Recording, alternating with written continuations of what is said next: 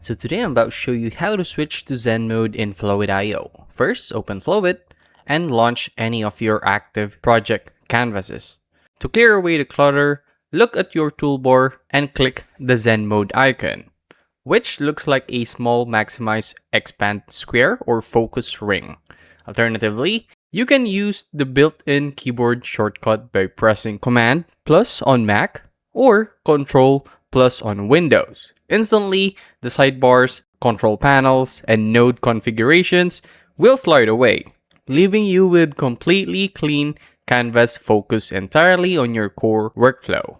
Pro tip: Zen mode is perfect for mapping out long-form writing or recording clear tutorial videos without any distracting background elements on your screen. And that's it.